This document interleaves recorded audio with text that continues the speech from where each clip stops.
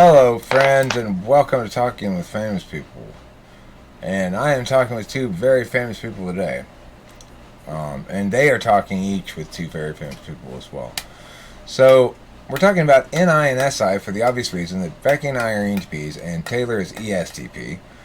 We were just chatting after solving my emotional traumas, as she always does. Becky suggested we invite Taylor in, and I said, yeah, that sounds great. Let's make a video about this other thing.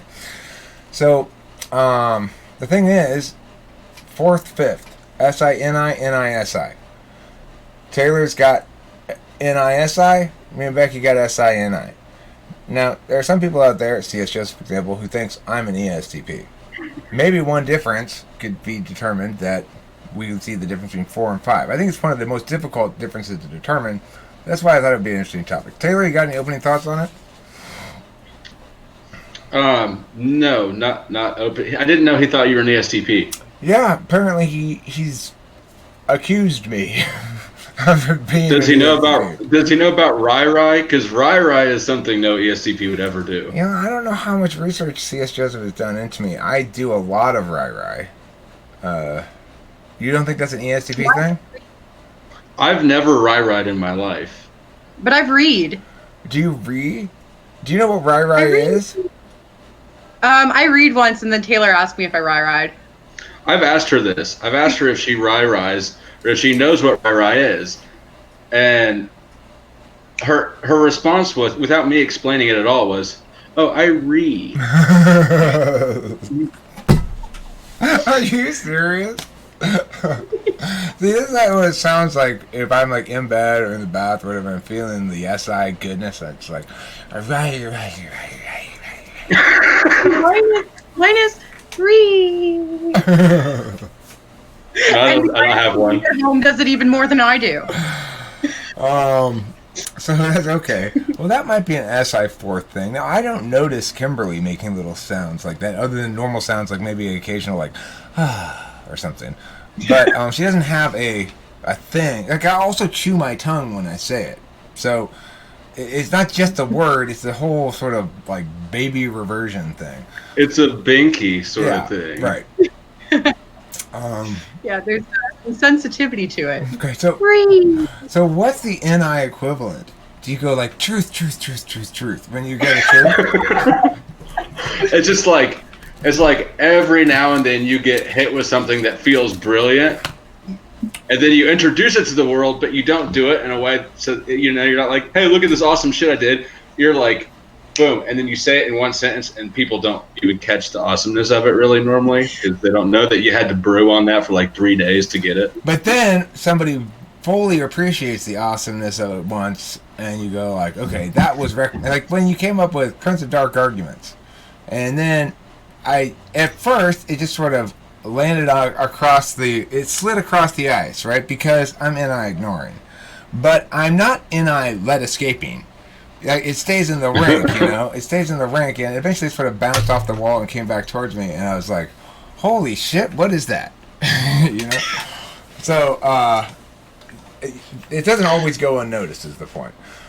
Normally it's only INFJs. Who knows? Really, it's like light bulb. Light bulb will complement my good NI slap shots. She's really juicing your tenders when she does that, isn't she? She's dampening the shit out of them. Okay. Becky, what do you think about 4 or 5, either one, SI or NI? I think 5 for me. I'm usually aware of it, but it's like a whisper in that my brain will quickly go, no, you don't want to look at that, because I think that NI is most prominent to me when it's like something I ought to change or something I ought to stop or like some sort of negative aspect. So I go, no, look at all this beautiful potentiality over here. There's still that whisper going, no, listen to this. Come on. Right. The truths we don't like are most easy to ignore. The truths that we do like can be more difficult to ignore. But equally difficult to act on. Yeah, well, it depends. But the thing is, I think of the 5th slot as maybe something that you falsely assume is too easy to be worth your attention. That's how I feel about NI, and I think probably Taylor feels that way about SI. I mean, SI you can ignore a long time, like indefinitely, as long as you eat and sleep, which sort of takes care of itself. I mean, I don't know. SI seems like a great one to ignore because its only purpose is to keep you alive. No. that's the only use I see out of SI is it keeps you alive. I think that like perhaps there's the possibility. I'm just throwing this out on. It just came as you said what you said, Taylor. So you guys can scrutinize on this, but I think perhaps the longer one ignores a loud fit slot, the more likely your polar's going to show. Like the Explain more that likely out more. it has like an overall effect on the mind in a maladaptive way. I didn't follow that. Explain it out better. Okay, so what I'm saying is like, for you, it's comfort seeking. It's you know, it's SI. So if you're ignoring that rest and that human preservation, your patients are going to go out the window eventually too. And if you just slept for a couple hours in a nap, you're not going to have the same reactions that you think are completely justified by your TI, but probably aren't if you ask, let's say, your ISFP. Okay, that sounds legit. And I think that's the case with NI too, but maybe that's just, we're talking here knowing functions. But you know what I just heard here is that if you don't sleep, you get cranky. Well, that was just the example for what, with reference to SI for you. Like for me, if it's like a truth, an abstract truth, and it's kind of poking at me, like, pay attention to this, and I'm going, no, that's stupid, that's stupid, that's stupid. I'm going to be more in inner conflict and not even realize it because I'm actively ignoring something. Well, so the longer that happens, the greater, impact I think that might have. Okay, but here's the thing. I find that ignoring NI can be a way of it can actually sort of be in charge without me being aware. For example, when I'm really dragging my feet on a decision, I may have a clear TI or even TE or some other sort of thing I understand better, justification for why action A is the one to take, or course A out of the choices. But I'm not actually happy enough with any of the choices, and so I just drag my feet. And I know I have to make one of these choices, but I guess the NI I'm ignoring is I don't have to make one of those choices, really, usually. I've just limited the list to those choices for some reasons that are also possibly open to question or something. I don't know. But in general, NI ignoring is more like NI only using it within a frame. So the thing that we make a mistake when we're young and we think this is easy, like for Taylor, it's easy. It's just keeping yourself alive. You just got to feed yourself, sleep enough to eat, blah, blah, blah, blah. The thing you're missing is the larger frame, that the experience of identity across time links to how you're feeling in your body. The thing that Becky and I are missing is the larger frame, that if we don't apply NI to big decisions and stuff that matters to us in our life, then it doesn't matter how well we use it within the node, we're missing its primary utility in the bigger frame. Yeah, I would agree with that. Sounds right. The other thing is, there are two different kinds of knowing. So I have this example, or a couple of examples, of how my SI gets in the way of NI obvious things, such as the potato touch story. Quick version of it: they touch the potatoes at this one restaurant when they put the butter on it. The waiters do. They push the ends to make it go open to put the butter in. I don't like them touching the potatoes. So I had noted this one time. I remembered that they do this potato touch. I was going to keep a hawk eye on the whole process. We're sitting at the counter. It's right there in front of me. I was going to note how much they touched my potato, or if they did. And then when my food came, I realized I had ordered rice pilaf. There was no potato for me to be keeping an eye out on. It only matters if you actually order a potato. So that's an example of my SI memory that I need to remember when I come here to keep an eye on the potato taking over, and in my NI reality, I ordered rice pilaf being ignored. Can you think of a comparable thing for NI truth, Taylor or Becky? Or I mean, I can think of a comparable thing for SI problems, like people touching your fucking potato. What do you mean that's an SI problem? You don't think that's a problem? You ever, like, no, it is a problem. And here's what else is a problem. You ever go to the bathroom and sit down and the toilet seat's warm? Only at home. Only at home. Oh, man. Nothing worse than sitting down in the office bathroom and it's already warm, and then your brain has to go, like, did I inspect the toilet seat close enough? Should I put toilet paper down? Whose ass warmed this? Do I stand up and just walk off and come back later when it's cooled down? Like, okay, see, maybe that's just my 8th slot NE, but it's terrible. That's SI ignoring, because I would wipe that toilet seat regardless of whether I see anything or any indication of whatever. I am doing some preparation work on that toilet seat if it's not my home toilet seat. Okay. Yeah, I'm inclined to agree. Yeah. So, I mean, that... Even in the first hour of the day. Like, I always try to hit the bathroom the first hour of the day because the cleaning lady's been there last night, and normally not everybody at work has hit it yet.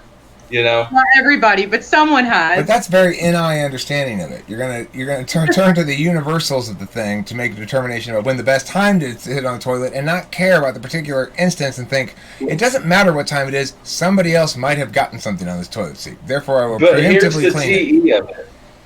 The most important part is the TE of it, because I have to take my shits at work. Because why would I do it on my own time when I can get paid for it? That's super NI. I have to take my shits at home because I wouldn't want to have to take a shit in some other toilet. But you get paid for it. But I don't care about that. I mean, it's just I want my butt cheeks on home turf. You know. How is that not TE?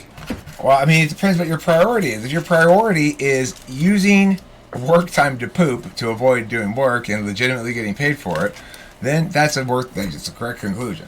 But if your priority is having your butt cheeks on your home field, then obviously it doesn't matter, and I can go in there and take a really long pee anyway. I'm getting older, so it takes longer to pee. You know what I think ruined my SI in this situation is going to jail. I think that just shattered my inner sense of cleanliness. I think cracked, not shattered. You're still choosing to go in the morning within that first hour so that the least amount of asses have been on that toilet seat. And hopefully the cleaning lady actually cleaned it the night before. Hopefully. See, I wonder what's worse about jail. To ignore the truth of the fact that you're in jail, or what's better, I guess. What's a better way to deal with jail? Ignore the truth of the fact that you're in jail. In other words, be focused all the time on how you're going to make these arguments and blah, blah, blah, blah. Or ignore the discomfort, the physical discomfort of being in jail. They both seem like advantages for being in jail, but the physical discomfort would drive me fucking insane in very short order. Especially if it's too cold. I can't fucking stand that. And I hear jail's really cold. It was more likely to be too cold than too hot, but I run hot anyway, so it's okay with me. Becky, what do you think? Would you rather be as we are? If you have to go to jail, would you rather be able to ignore the truth that you're in jail and focus instead on your framing of things or whatever, or ignore the physical discomfort? Well, I mean, okay, so consciously I value comfort, right? So it seems like the obvious answer is that I wouldn't want to acknowledge the discomfort and thereby ignore the discomfort. However, I also see that within the reality of being in jail, you could also ignore the reality of your discomfort. Possibly. If you're focusing entirely on your own frame, in your own mind, but I think that neither in a long period of time would be healthy for anyone. Well, here's what you could tell that I could tell the high SI users in jail, because when mealtime comes around, there's a 50-50 chance your tray is cold by the time you get it. And they could not fucking take it. They couldn't eat cold, like lukewarm fucking beef stroganoff or whatever. In front of people, I have to, I can only leave my cell when someone ordains it to be so. However, this fucking food here is too cold. See, and that's the thing I'm losing my. And that's a fourth thing too, is that we actually are pretty easygoing with our fourth compared to like a dominant or something. For example, I don't really care what we eat. Kimberly cares so much what we eat. If we are not eating what Kimberly wants to eat, then Kimberly's not eating, basically. But sometimes her Effie will be like, no, just get what you want. I don't need to eat anything. But that's just a fucking trick, because it's like if she's hungry, then she turns into just an uber bitch. So ISFJs and ESFJs, you could just, if the food was cold, I was happy because that means I get some of their tray because they're not touching it. But you know, breakfast is at 6 in the morning and dinner's at 4 in the afternoon. So you've got a long stretch between dinner and breakfast. But Nick, one of the guys who's in there, is an ISFJ. You met him. He'd get his breakfast tray, take one bite, and then throw it on the fucking table. Like, it's cold again.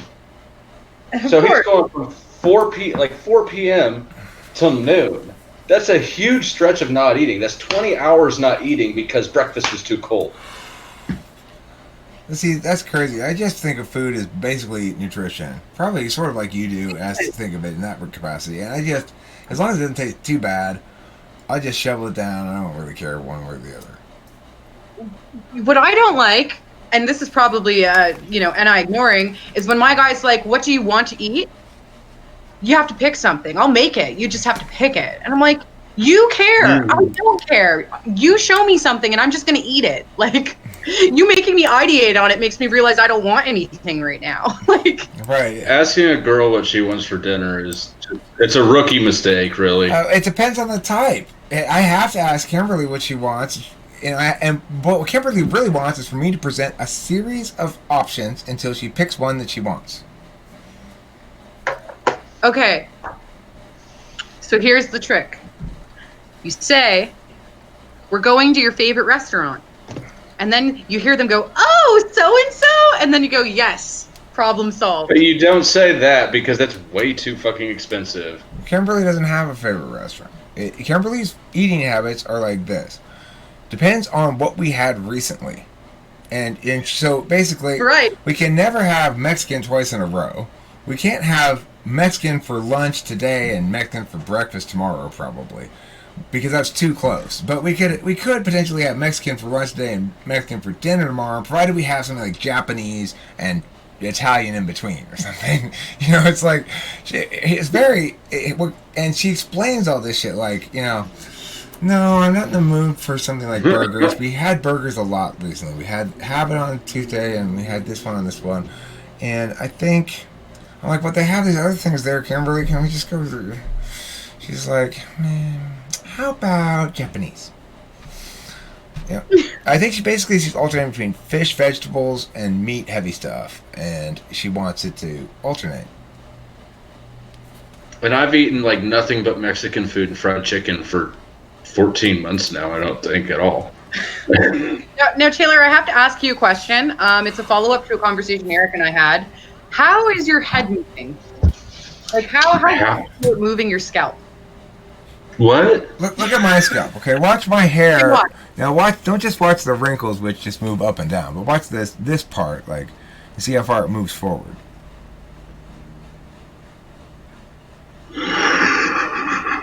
Becky and I both have a lot of scalp movement. We want to check to see if your scalp movement is equivalent. It might be an action trait. I'm not sure, but it might be in anything. That's fairly low scalp movement, would you say? I don't think my scalp moves as much. Okay, I would say yours is medium low scalp movement, whereas I say I have almost like maximally high scalp movement. And Becky's got a little bit less than me, maybe. But it's hard to say because her hair is bigger. It's easy to see when you guys have a lot of forehead skin. Yeah, I've been really cultivating this forehead for years now. I've finally gotten it all the way back here.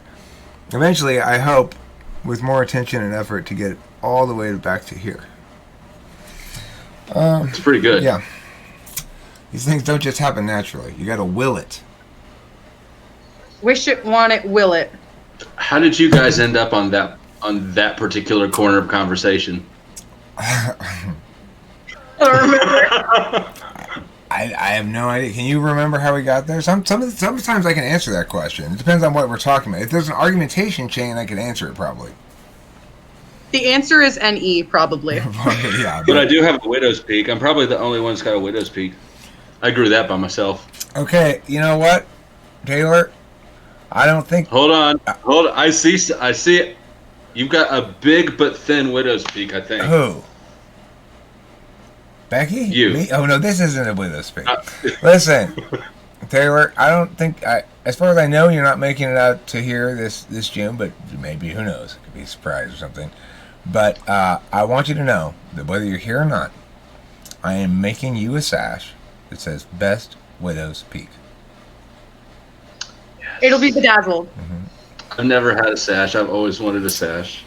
Well, You'll you'll be included in the sash ceremony, even in absentia if need be. You're included in the sash ceremony. I'm feeling a little bit competitive about having the least amount of scalp skin movement. Okay, well, you counteract it with having the best widow's peak.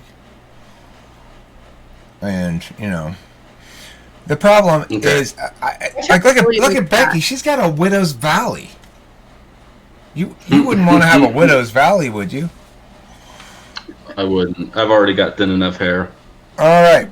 Are there anything else we want to say about SI and NI? This video is currently 21 minutes, about a good length. Should we use our NI and call it a wrap? Have a wrap party? All right, then. Thank you for watching, everybody. Don't forget to eat plenty of cheese.